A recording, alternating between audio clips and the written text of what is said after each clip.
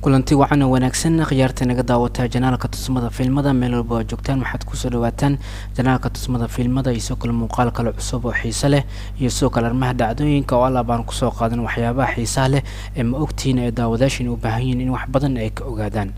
muuqaalkan ay waxaan ku qaadaa dhigi doonaa jalaaga shaaruuqan sidoo kale iskoorarka caalamiga u yaal ee tahay inay ku adagtahay in jalaayaasha qaar ay jebiyaan kaas iskoor caalami u yaala jalaagan ay wuxuu yahay mid 14 film oo la imaado caalamiga kuwaas ay yihiin kuwa iskoorooyin 10 milyan lacag kor u dhaafay ee ka keenay qaybaha caalamka kuwaas ay warbixintan ku eegi doonaa in filmadaasi la imaaday iyo sida ay ku dhaceen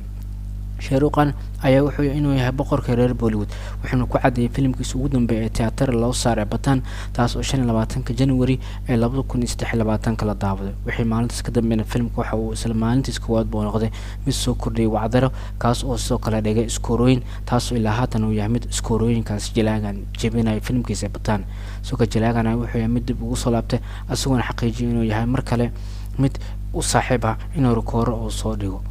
kaliyamaan hindiya sidoo kale caalamka ay wuxuu yahay sidoo kale mid filimkiisa wacdar ka dhigay wuxuu noqday mid guuleysta maanta filimkiisa waxaan dib u fiirin doonaa waxyaabaha la aamini karin ee xaqiiqda ay la xiriireen shaaruuqan iyo sidoo uu cadeeyay inuu yahay mid caalamka suuqadiisa uu yahay mid awood ku leh jalaagan ayaa sanada 2018 film dhameystiran loo daawado wuxuu filimka Zero intaas kadib jalaaga ayaa 4 sano wuxuu ahaa mid filimada ka maqnaa hasaate filimada qaar ee sida Brahmastra Rocketry The Nambi Effect ee qaybta Hindiya ay waxay ka dhigtay in shaaruuqan uu ku lahaado muuqaal gaar ah kuwaas oo filmadaasi la daawaday sanadan ka soo gudubnay 2022 hasaate film weyn oo dib ugu soo laabtay hogaamiye uu ka yahay waa filmka Batan kaas oo lagu arkay shaaruuqan wacdaradiisa iyo sida filimkaasi ee Yasraj Filmska ay leedahay ee ku saabsan arrimaha jaajuuska oo wacdaro uu kaga dhigay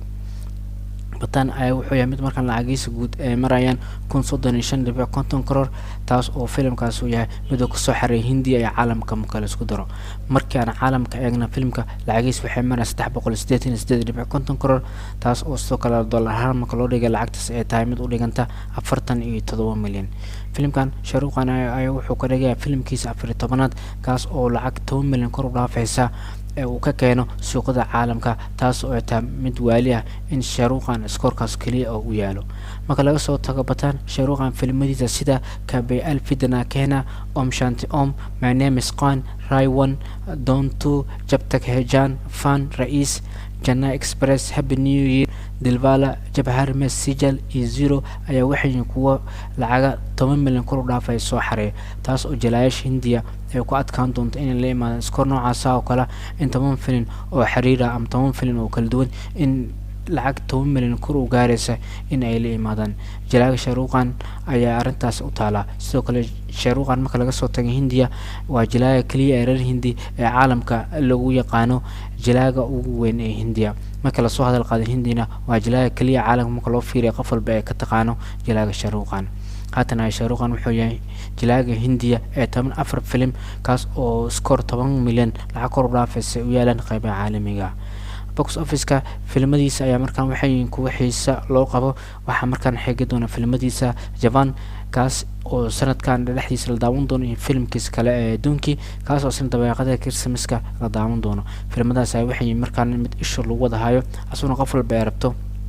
in filmadaas u guuleystaan sida u guuleysteen filmkiisa Batan filmka Batan ayaa wuxuu ah mid rajaan laga qabin marka loo fiiriyo dhaxda ka galay in didma loo soo gudboonaatay in lagu banaan baxay in lagu dhawaaqay in boycott lagu sameeyo asaada filmku waxyaabahaas ayuu iska ilmaamay wuxuuna uu qof walba tusiyay in arintaas ahayd dhalanteed soo kalena aysan ahayd oo kaliya riyo shaaruuqan ayaa markan wuxuu ku nooloonayaa guusha filmkiisa Batan waxaan u sii dheer wacdaradan iskoorkan u yaala jilaagan intaan ku soo koobina muuqaalkeena arrimaha dhacdooyinka xiisaha ku eegana jilaaga shaaruuqan iyo 14 film oo qaybaha caalamka lacag ka soo xareen lacag kor u dhaafay 10 milyan kaas oo iskoor u gaara jilaaga shaaruuqan iyo awoodiisa kor u qaaday intaan ku soo koobina dad ka hesha muuqaalkan leeg noo saar soo kala saxaabtiin la wadaaga waad ku maasantiin Allah bisad noo dhiirigelisan oo muuqaaladeena u daawataan kan kiisa xigana fi amaan illah